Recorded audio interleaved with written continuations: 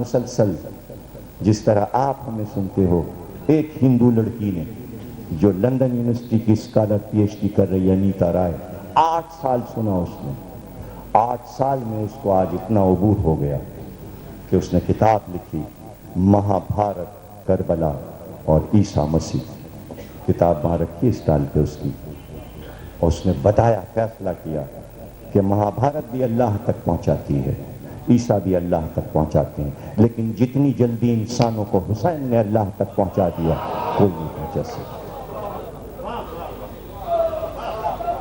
یہ جو لوگ ہم پہ اعتراض کرتے ہیں، یہ کیوں پڑھا، رام کا ذکر کیوں کیا، لکشمن کا ذکر کیوں کیا، کیوں نہ کروں میں، کیوں نہ کروں میں. لکھنؤ کا ہوں، لکھنؤ نام ہے لکشمن کے نام پر، لکشمن پور اس کا نام تھا.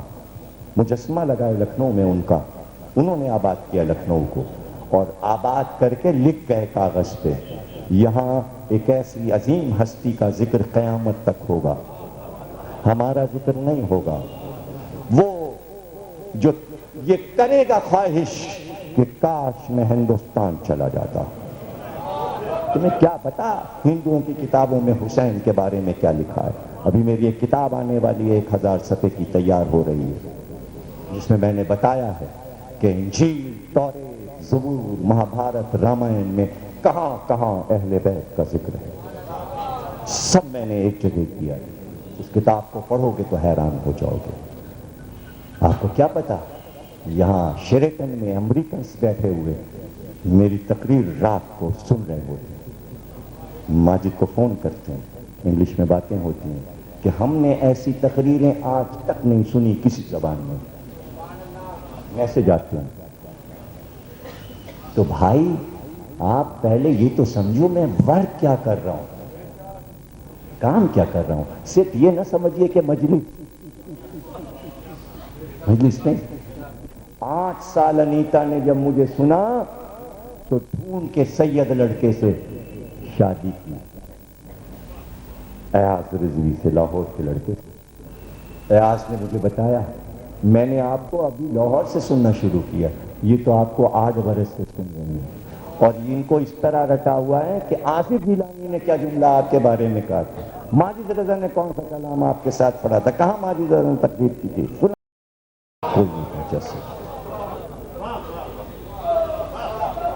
یہ جو لوگ ہم پہ اعتراض کرتے ہیں، یہ کیوں پڑھا، رام کا ذکر کیوں کیا، لکشمن کا ذکر کیوں کیا، کیوں نہ کروں میں، کیوں نہ کروں میں. لکھنؤ کا ہوں، لکھنؤ نام ہے لکشمن کے نام پر، لکشمن پور اس کا نام تھا.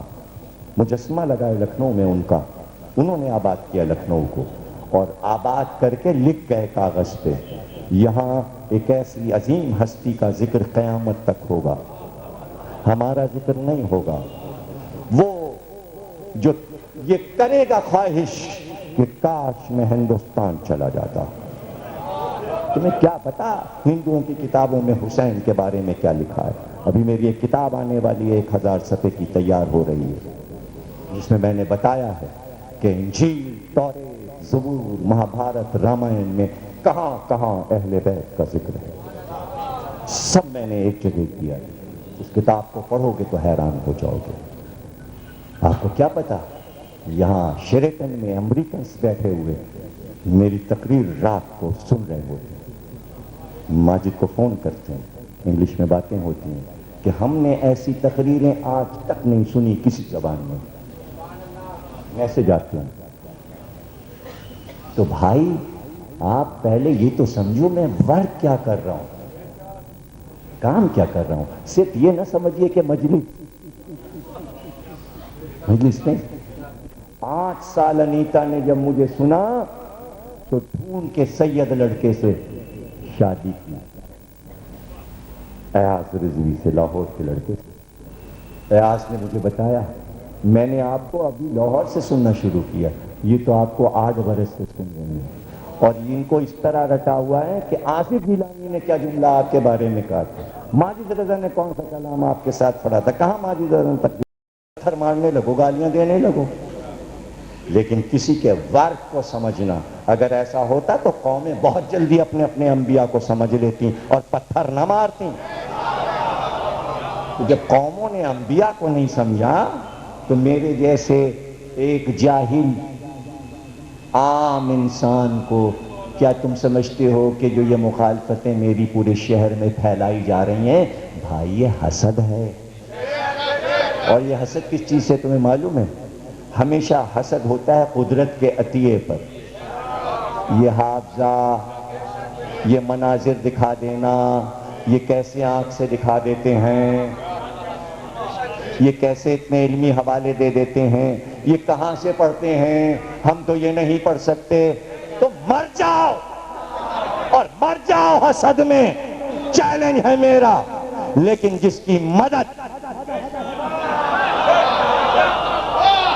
بھروسہ ہے اس علم پر، بھروسہ ہے عباس پر، وہاں جا کے عباس کی زری پر رخسار رکھ کے یہ نہیں کہا مجھے دولت مند بنا دو، عباس مجھے بڑی بڑی حویلیاں عطا کر دو.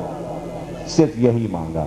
اتنی طاقت دیجئے جب تک زندہ رہیں آپ کے آقا حسین کا ذکر کرتے رہیں. دے دیا جو مانگے دل سے مل جاتا ہے. وہ ہو گئی تقریر اور آخری جملے ادا کر رہا ہوں. میرے آرٹسٹ نے اس کے 6 ٹائٹل بنائے تھے، لیکن ایک ٹائٹل ایسا تھا کہ جسے دیکھتے ہی میں رونے لگا اور میں نے اس کو نہیں چھاپا. اس لیے نہیں چھاپا کہ یہ سوچ کر کہ اگر یہ ٹائٹل میں چھاپوں گا تو کیا قوم اس ٹائٹل کی قدر کر سکے گی. اس لیے وہ کمپیوٹر میں اب تک پڑا ہے. اکبر صاحب جو ہمارے پبلشر ہیں، اتنی اچھی کتابیں چھاپتے ہیں، ان کو معلوم ہے کہ میں نے وہ ٹائٹل دکھا تھا. انہوں نے کہا کہ دوسرے ایڈیشن میں دے دیجیے گا، لیکن ابھی میری ہمت نہیں پڑ رہی کہ میں وہ ٹائٹل اس پر چھاپ سکوں. یہ ٹائٹل خود ہی ایسا ہے کہ اندر سے عباس کی قبر کا فوٹو اس نے دیا، اندر کی زیارت کوئی کر نہیں پاتا. یہ قبر عباس ہے جس کے گرد پانی تیزی کے ساتھ گھوم رہا ہے، طواف کرتا ہے. فرات کا پانی نیچے، یہ چاروں طرف اس کے پانی. پھر یہ جناب سیدہ کی قبر ہے اور یہ دروازے پہ ام البنین کی قبر ہے. اور یہ زری ہے، یہ پنجے ہیں. اس نے بڑا سمبولک ٹائٹل بنایا، لیکن جو ٹائٹل دیکھ کے میں رونے لگا. میں سناتا ہوں کہ اس ٹائٹل میں اس نے کیا بنایا. اس نے اپنا دل رکھ دیا.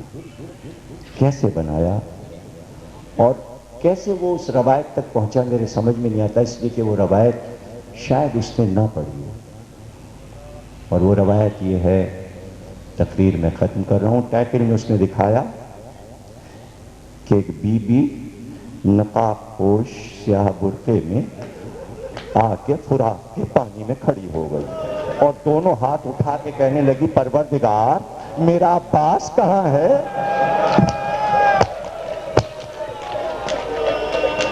سن لیا نا؟ نہیں سن پائے نا تو دیکھتے کیسے تم؟ بس یہ روایت سناتا ہوں، یہ روایت سناتا ہوں.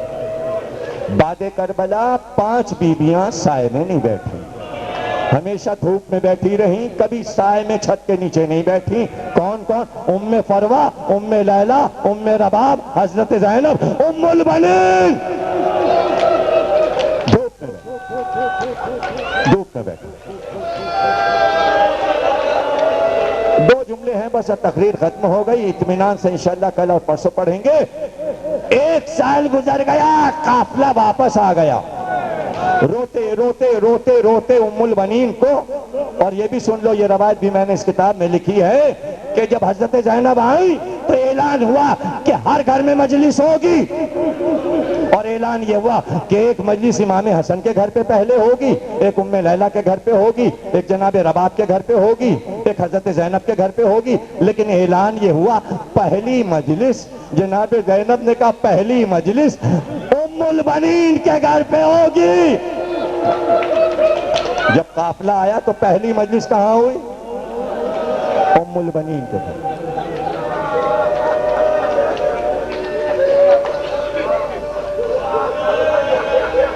کاش کہ میں وہ 2 جملے روایت کے ادا کر سکوں اور تم پیار بھرے اپنی معرفت اور دل سے سن سکو ان 2 جملوں کو.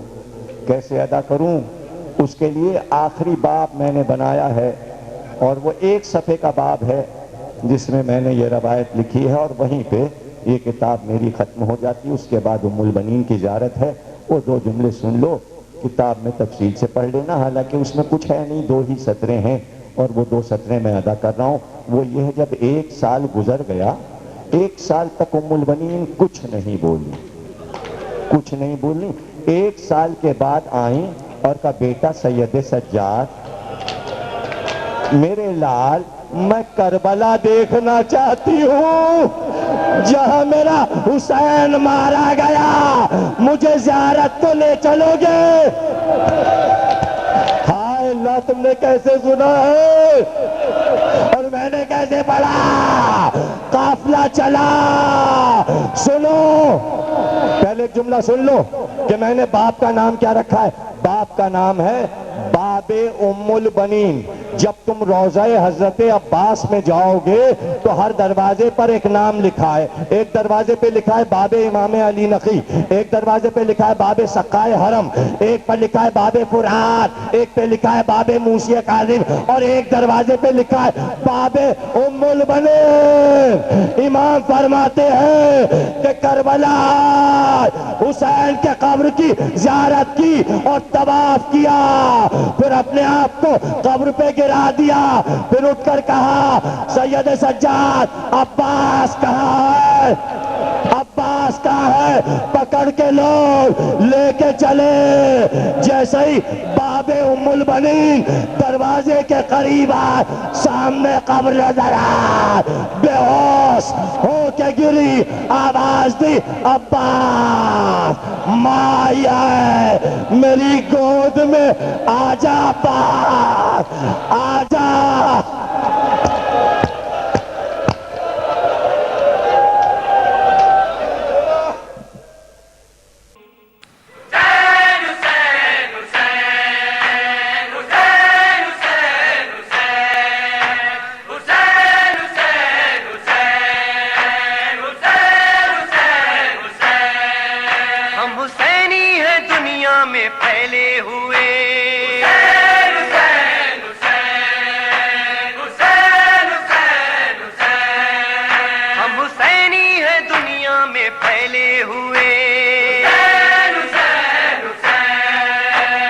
حسینی کیسٹ سینٹر کی سال رواں کی نادر اور نایاب پیشکش، ندیم سرور، عرفان حیدر آبدی، حسن صادق، ساجد حسین، فرحان علی، نقی ذکی، صفدر عباس، اسد آغا، ناصر زیدی اور رضی رضوی کے علاوہ پاکستان کے دیگر مشہور نواخواں اور ہندوستان کے معروف نواخواں حضرات کے پردرد اور پر اثر نوحوں کے کیسٹس ہم سے دستیاب کریں۔